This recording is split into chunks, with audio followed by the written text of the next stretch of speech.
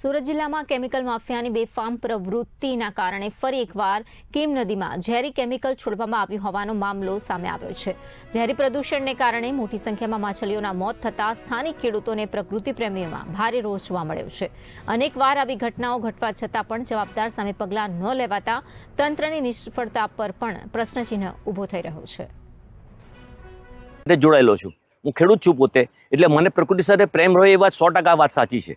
કેમ કે અમારો જન્મ ખેતીમાં થયો છે, એટલે અમને પ્રકૃતિ સાથે આનંદ હોય છે। આજે જે બિન રીતે જોઈએ એક એવું કૃત્ય થયું છે, અસંખ્ય માછલાઓનો મોત અમારી નદીમાંથી જોવા મળે છે।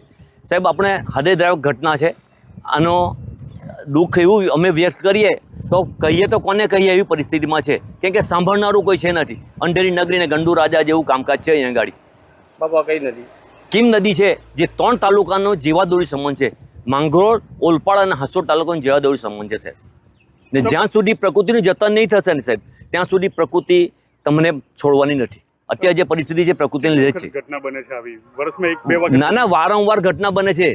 આ લોકોને કોઈને અહીંયા ખાલી આવવું છે, જીપીસી વાળા સેમ્પલ લેવા છે, જતા રહેવું છે, પછી કોઈનો કોઈ જોબ આપવો નથી, કેમ કે કોઈ જોબ માંગનારો એ લોકોમાં છે જ નથી કોઈ। પછી બાબુ, આ જે રીતે માછલાઓના મોત થયા છે, શું માનો છો? આ કેમિકલ પાણી કોઈ છોડવામાં આવ્યું છે કે ફેક્ટરીઓના પાણી?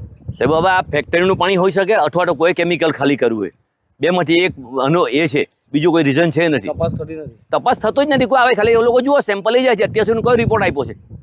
એકે રિપોર્ટ બતાવે જીપીસીબી વાર આવીને કે ભાઈ અમે બોરસરા પંચાયતને આનો રિપોર્ટ કર્યો છે, એવો મને એક બતાવો તમે।